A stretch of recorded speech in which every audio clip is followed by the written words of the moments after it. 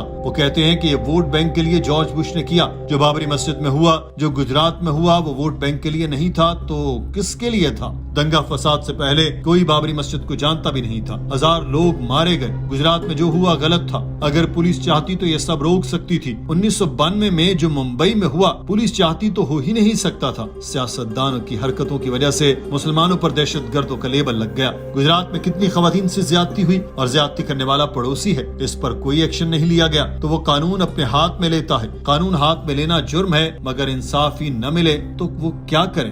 More than 100 people killed in Bombay in July, couple of years back, in the train bombing in Bombay is to be condemned. But don't put a full stop. Simultaneously, I also condemn the thousands of people killed in Afghanistan, the thousands of people killed in Iraq, the thousands of people killed in Palestine.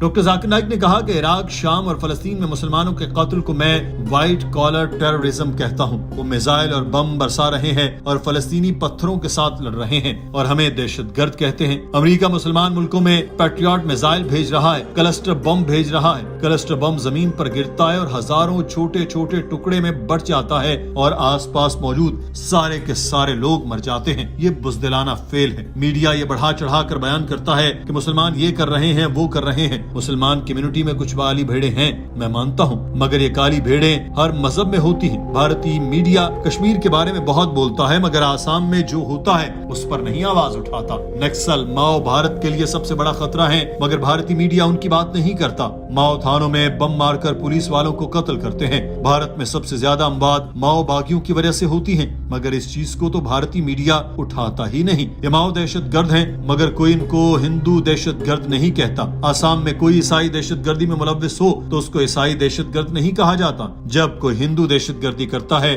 تو اس کو LTTE کہتے ہیں، یعنی liberation Tamil tiger. اگر آپ England میں جائیں تو وہاں جو عیسائی دہشت گردی میں ملوث ہیں ان کو آئرش ریپبلکن آرمی کہا جاتا ہے۔ کیتھولک اور پروٹسٹنٹ عیسائیوں میں بہت زیادہ فرق ہے، مگر کوئی انہیں عیسائی دہشت گرد نہیں کہتا۔ مگر مسلمان دہشت گردی میں ملوث ہو تو کہا جاتا ہے یہ مسلمان دہشت گرد ہے، یہ اسلام دہشت گرد مذہب ہے۔ The LTT Hindus, who calls them Hindu terrorist?